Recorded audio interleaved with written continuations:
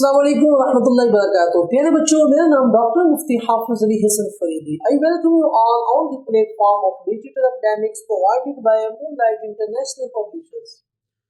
پیارے بچوں، میں آپ کا گریڈ 5 اسلامیات کا ٹیچر. آج ہم پڑھ رہے ہیں چیپٹر نمبر 6 ہدایت کے سرچشمے اور مشاہیر اسلام.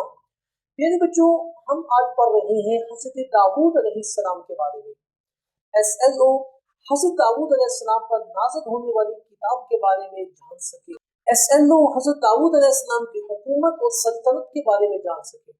پیارے بچوں، اللہ تعالیٰ نے حضرت داؤد علیہ السلام کو ایک کتاب عطا فرمائی جس کا نام تھا زبور. پیارے بچوں، حضرت داؤد علیہ السلام اس کتاب کی تلاوت کرتے، اس کے ذریعے لوگوں کی رہنمائی اور ہدایت فرماتے.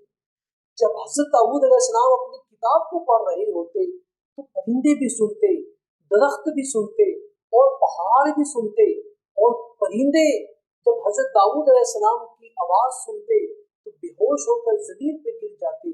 انسان جب سنتے تو انسانوں پر وجد طاری ہو جاتا. تو یہ کتاب حضرت داؤد علیہ السلام کو اللہ نے عطا فرمائی جس کے ذریعے آپ لوگوں کو ہدایت دیتے، رہنمائی کرتے.